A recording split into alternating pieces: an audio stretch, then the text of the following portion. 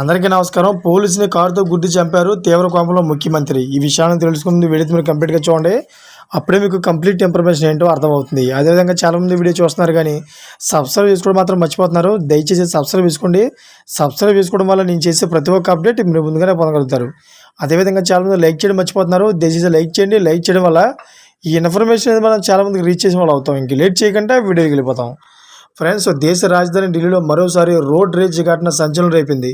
అయితే ఈ ఘటనలో నంగులోయ్ ప్రాంతంలో ఒక పోలీస్ కానిస్టేబుల్ను కారు డ్రైవర్ తన వాహనంతో గుద్ది చంపాడు. అంతేకాదు నిందితుడు పోలీస్ కానిస్టేబుల్ను చాలా దూరం ఈడ్చుకెళ్లి మరో కారుతో గుద్ది చంపేశాడు.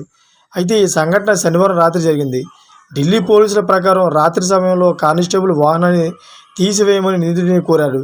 అయితే ఈ విషయంపై వారు కానిస్టేబుల్ను సుమారు 10 మీటర్ల దూరం ఈడ్చుకెళ్లి మరో కారుతో ఢీకొట్టారు. ఈ ఘటనానంతరం కారు డ్రైవర్ పరలో ఉన్నాడని, అదేవిధంగా అతని కోసం పోలీసులు ముమ్మరంగా గాలిస్తున్నారని తెలిపారు.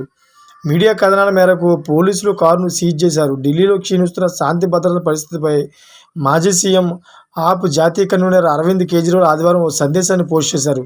తన పోస్టులో ఢిల్లీలో శాంతి భద్రతలు ముగిశాయి, పూర్తి అడవి పాలన ఉంది, దేశ రాజధానిలో ప్రజలు భద్రతా భావంతో ఉన్నారు, ఢిల్లీలోని శాంతి భద్రతల వ్యవస్థ అమిత్ షా ఆధ్వర్యంలోకి వస్తుంది, ఈ ఘటనలను అరికట్టేందుకు వారు తక్షణమే సమర్థవంతమైన చర్యలు తీసుకోవాలని తెలిపారు.